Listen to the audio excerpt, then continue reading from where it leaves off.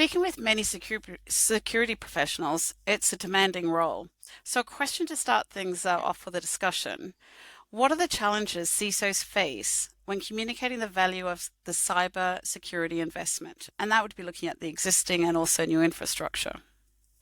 Yeah, this is a big challenge that we all face when we have to go and, you go into a business, and that is based on my own personal experience across different industries and roles, not necessarily associated with a particular employer or a previous employer of mine, but generally speaking, you go in and you want to look at what you've got in place, right? When you got the role and you find various gaps, you start from your gap analysis. How do my controls look like? Where do I have my comfort in terms of monitoring coverage, and where do I not?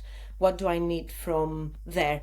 And then this is coming to the point of you have to put your plan together and go to your board and say, these are all my gaps. Could be resourcing gaps, could be process gaps, could be technology gaps, because it's not always about infrastructure, platforms, and technology, which we tend to focus quite a lot sometimes.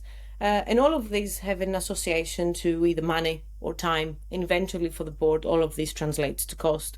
And the biggest challenge, I think, in terms of explaining why do I need time, or why do I need money, why do I need budget to fill in my gaps in my controls, is how you present it from a risk perspective, how you justify your ask. And from my personal experience, having grown into and had pitfalls in the past, and not done a great job occasionally to explain that, and learning as you grow into the role as well. Just so we say the bad things as well, right? Not everything is rosy. Is all about taking that approach and that stance to go, well, what is the risk I'm putting the business if I don't get that?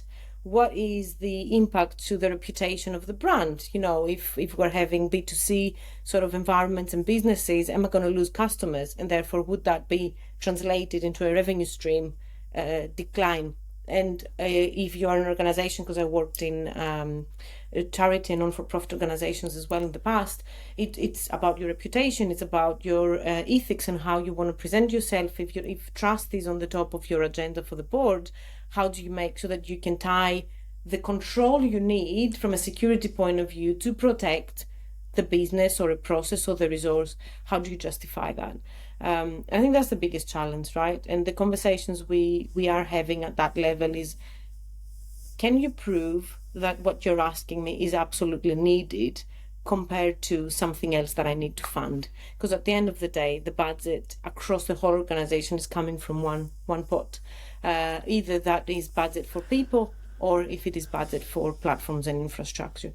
Now, unless you're able to explain that in a way that you can justify how you can protect the company from risk, so cost avoidance and benefit protection of your revenue, then you're not able to get a lot.